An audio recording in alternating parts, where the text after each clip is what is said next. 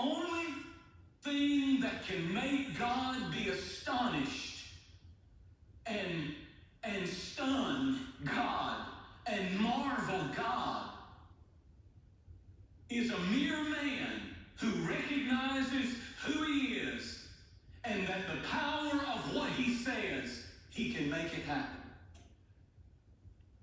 And he said, go, because your servant is healed. And they went back, and the servant was healed. A non-religious man believed, and it marveled Jesus. A mere man could make God Almighty marvel. And when Jesus marvels, it ought to make us meditate on why.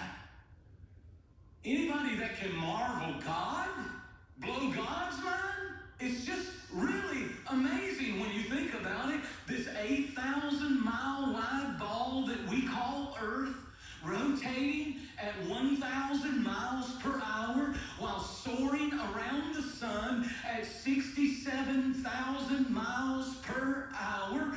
And when you're standing or sitting still, even if you don't move for 24 hours and you just sit your blessed assurance in that seat, the whole time you have moved every 24 hours 1.5 million miles a day. And the one who controls all things and spoke it, and when he created it and he put it all out there, he never marveled about that. The magnificent earth, full of mystery and beauty, sea life, plant life, animal life, and human life, the physical body. The earth is just his footstool. The star Ceres is able to swallow up 64 million suns, greater than the one sun that we have over Earth. The star Epsilon is 3,000 times the size of our sun. Our closest star to planet Earth is 26 trillion miles away. The furthest star is 59 trillion miles away. We are just a speck, planet Earth, in the big picture of all of God's creation. But none of that stuff marvels God. None of that stuff astonishes God. God is not impressed. As a matter of fact, this blows my mind. When God got ready to take credit for all creation, he wanted to mention, I made stars too. This is what he said. He used 5 words. He made the stars also. No big deal. I created all living thing. And by the way, just as a footnote, I made the stars also. That's how big and bad I am. So nothing in this universe made God marvel. But when a man, when a woman, when a mother, when a dad, when a teenager, when a young person stands up and says, I believe what God has spoken to me, he's going to bring to pass. God says, oh my goodness, I'm astonished. They believe it. They don't just say it. They believe it. They don't just sing it. They believe it. Does anybody want to astonish Jesus by believing his word? Woo. Hallelujah. When you stand and you say, Lord, I'm still confident. I don't see it, I don't feel it, I don't understand it, I don't have answers, but I'm still confident, I still trust you, I still praise you, I still honor you. You make Jesus Christ be astonished and stunned. Seas parting, the Red Sea becoming like jello. I'm sure there was a little snotty-nosed kid in the children of Israel when they were walking through on dry ground that had to poke it one time, and it would just tremble and shake like jello, standing up on both sides, and they're walking across, but God did not marvel. A donkey opened its mouth and preached to the prophet Balaam, and God did not marvel. A whale swallowed a man for 3 days and spit him up afterwards, and he came out like a raisin with no hair and all shriveled up, and he came out preaching, no eyebrows. You know, all those acids had eaten everything away, and he looked like some kind of weirdo, but he repented. I would have repented if I saw that, but God did not marvel.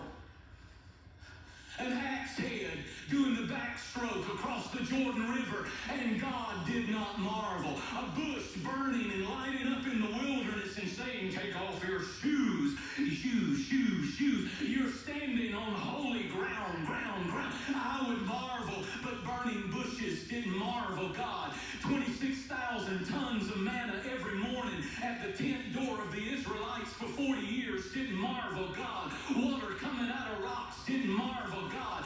Dead men being raised like Lazarus didn't marvel God. But when someone says, Lord, speak the word only, and I don't know how you're going to provide, I don't know how you're going to deliver, I don't know how you're going to work a miracle, but I believe in you and your ability to get it done. Come on, somebody, with a shout of praise. The devil didn't think you'd come to church and praise God like you're praising him. That makes heaven marvel.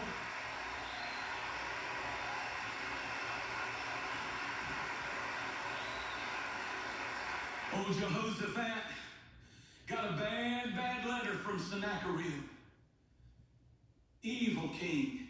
He said, I've got 600 chariots of iron, and I'm going to run all over you.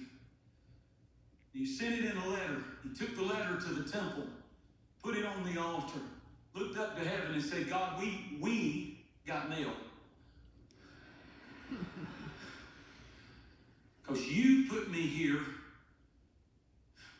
and I know you're good, and I know you're faithful, and I know you love me, and I don't understand this attack, and I don't understand this letter, I don't understand this x-ray, I don't understand this news, I don't understand these dark days, but I know you're working all things together for good.